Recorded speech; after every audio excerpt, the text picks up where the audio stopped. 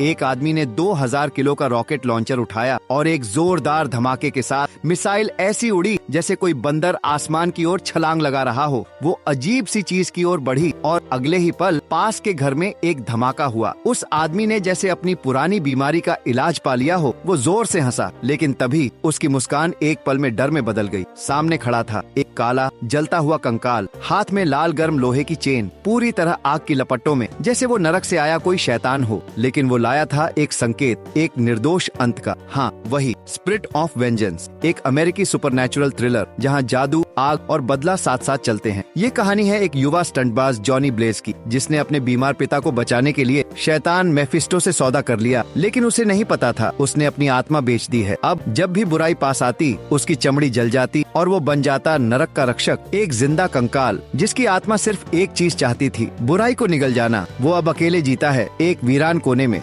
लेकिन फिर आता है एक रहस्यमयी आदमी जो कहता है, मैं जानता हूँ तुम कौन हो और मैं तुम्हारा श्राप मिटा सकता हूँ, लेकिन पहले मेरी मदद करो। उसकी मदद, एक ऐसे बच्चे को बचाना जिसके अंदर छुपा है एक रहस्य जो दुनिया का संतुलन बदल सकता है। जॉनी समझ गया वक्त आ चुका है, उसे फिर से उठना होगा। रात होते ही उसने उस बच्चे की तस्वीर देखी और उसकी पीठ पर चिन्ह उभरने लगे। वो फिर से वही एहसास महसूस करने लगा जो कभी भूला नहीं था। और तब एक जलती हुई मोटरसाइकिल आग की लपटों के साथ जमीन पर गिरी और वहाँ खड़ा था वही कंकाल, जलती खोपड़ी और खाली आंखें। घोस्ट राइडर वापस आ चुका था।